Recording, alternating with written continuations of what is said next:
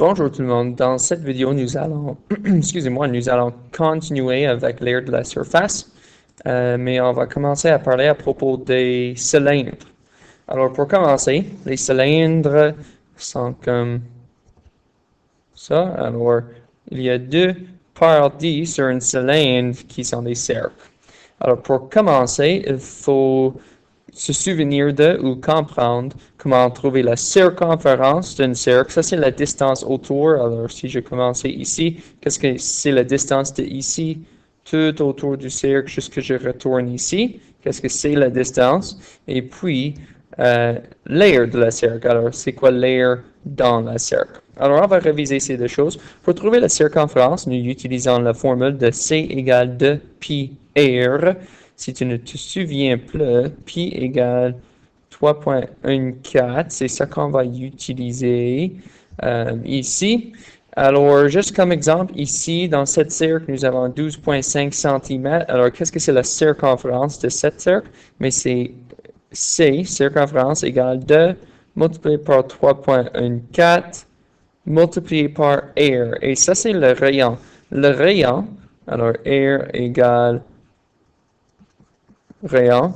Qu'est-ce que c'est, rayon? Mais ça, c'est la distance du centre du cercle jusqu'à côté. Alors, n'importe quelle direction que je vais, ça va être toujours la même dans un cercle. Alors, 12,5, c'est la moitié de la distance à traverser un cercle. Alors, ici, c'est 12,5. Alors, vraiment, ici, nous avons une question de multiplier 2 fois 3,14 fois 12,5.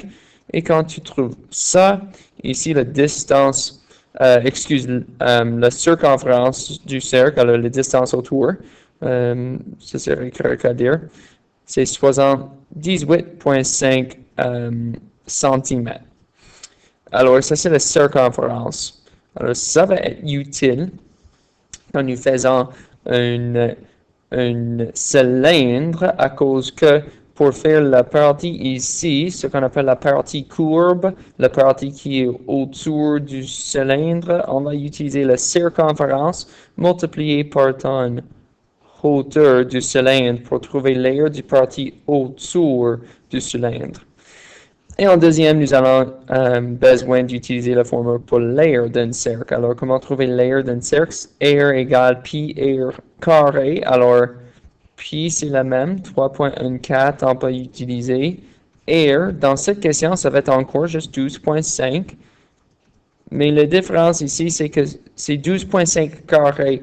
N'oublie pas, 12,5 carré veut dire 12,5 multiplié par soi-même.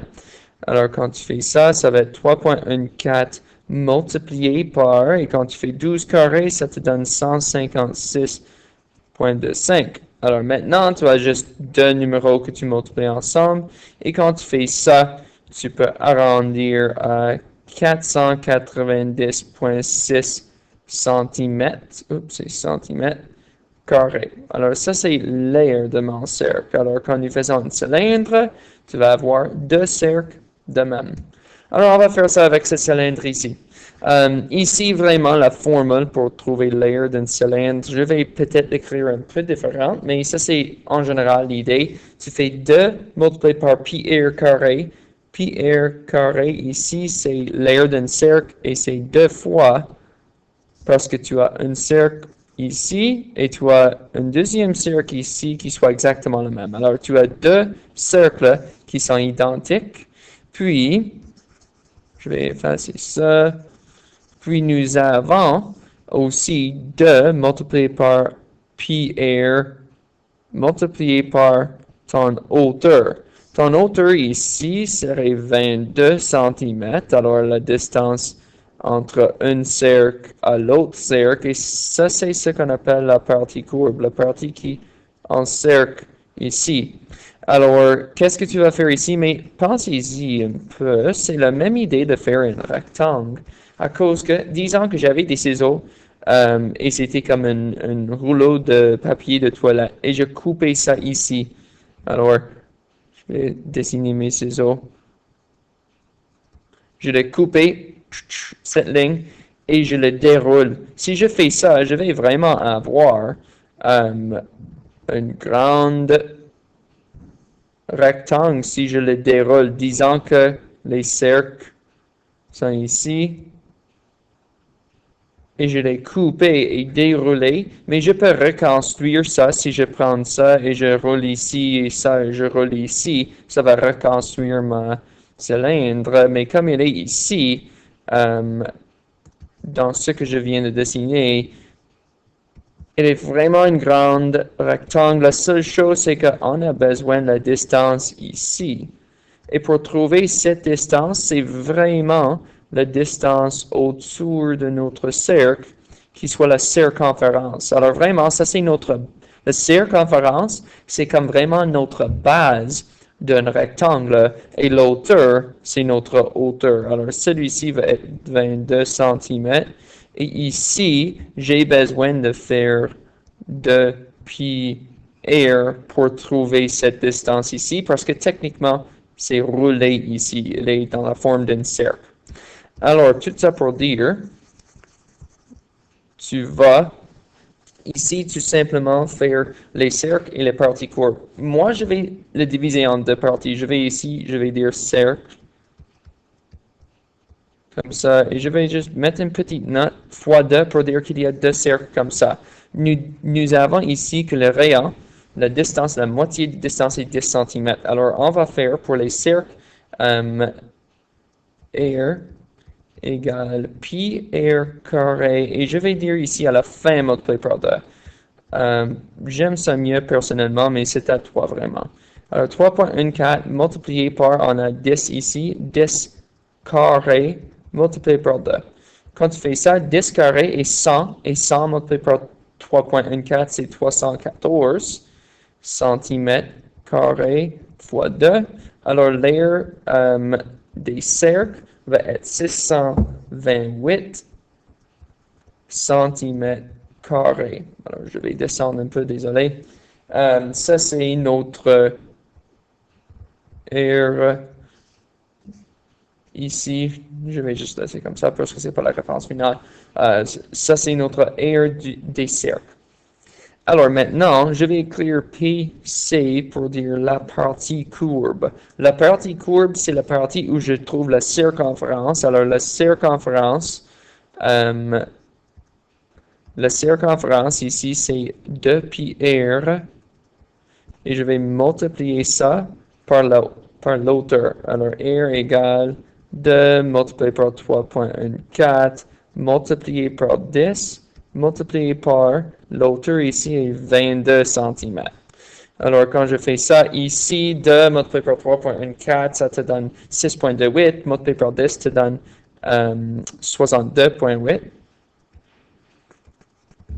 multiplié par 22. Alors, quand je fais ça, mon R ici, 62.8 multiplié par 22 va te donner 1381.6 cm carrés. Alors, voici mes deux R. Alors, pour mon R total, je vais tout simplement les additionner ensemble. Alors, 628 cm carrés plus 1381.6 cm carrés. Alors, mon R total ici va être 2009.6 cm carrés. Alors, ça, c'est l'air total de mon cylindre ici. Alors, on va faire un autre exemple ici. Cet exemple, ça soit de la page 40, numéro 4A. Aujourd'hui, après celui-ci, vous allez faire d'autres questions de numéro 4, mais nous allons faire numéro 4A ici ensemble, alors qu'on puisse comprendre un peu mieux comment faire le chevauchement et un objet composé avec les cylindres. Alors, vraiment ici, nous avons deux objets encore. Alors, je vais juste dire ici qu'un objet, excuse, j'ai besoin de changer mes notes. Oups. Je vais dire ici qu'un objet est le plus grand. Je vais appeler ça le grand et celui-ci le petit. Alors, le grand, on va commencer avec ça. Vous voyez ici une chose à identifier en premier. Le 4 cm ici, c'est toute la distance. Toute la distance de un côté à l'autre côté d'un cercle, ça c'est notre diamètre. Mais dans nos formules, on ne veut pas le diamètre, on veut le rayon. Alors, diamètre divisé par 2 te donne le rayon. Alors, on va besoin de diviser 4 par 2 pour avoir 2 cm égale notre rayon. Ça, c'est une chose à voir tout de suite. Alors, n'utilise pas le dé, utilise le rayon.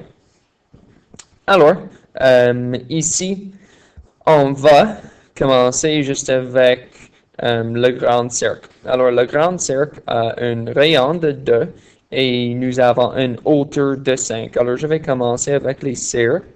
Ici, comme j'ai dit, il y a 2 cercles de même. Alors, en haut ici qu'on voit, puis celui-ci en bas qu'on ne voit pas à ce moment, mais c'est encore un cercle.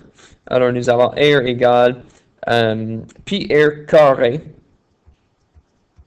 fois 2, parce qu'il y a 2. Alors, notre R ici du grand va être 3,14 multiplié par notre R et 2. On vient de trouver ça.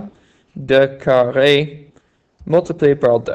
2 carré est 4, et 4 multiplié par 3,14 te donne 12,56.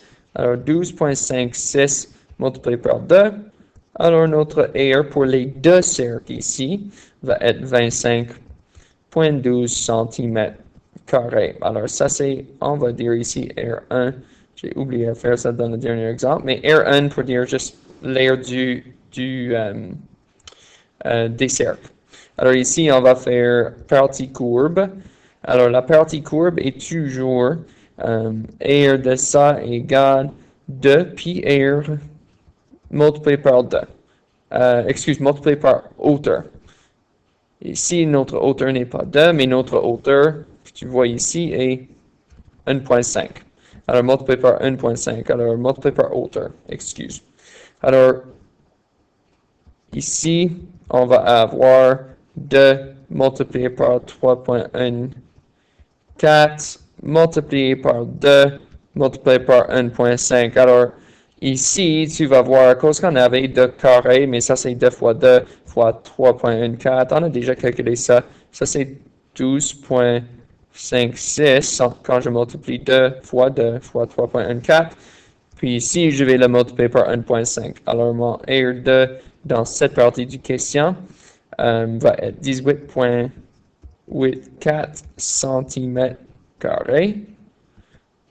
Alors, mon total, je les additionne ensemble et mon R, et je vais dire R, G pour dire R du partie grande, est 43,96 cm carré. Alors, ça c'est pour le grand cylindre ici. Et j'ai encore le petit cylindre à faire. Alors, je vais faire une ligne ici pour diviser. Je vais juste écrire petit. Et je vais faire vraiment la même chose, mais avec mon petit. La seule différence ici, nous avons encore, pas de différence, mais à commencer à voir avant que nous commencions la question, nous avons encore un diamètre. Alors, diviser ça par 2 nous donne 0,5 cm comme rayon. Alors, nous voulons utiliser le rayon. Oui, techniquement, tu peux utiliser D si tu fais la circonférence. Moi, je vous dirais juste utiliser le rayon pour les deux pour que tu n'utilises pas le diamètre par accident avec l'aire d'un cercle parce que ce n'est pas bon à utiliser là. Alors, on va utiliser, moi, je vais utiliser toujours le rayon. Alors, les cercles, on va commencer avec ça. Les cercles, ici, R égale pi R carré fois 2. Alors, oups, j'ai oublié ici, fois 2 pour dire 2 cercles.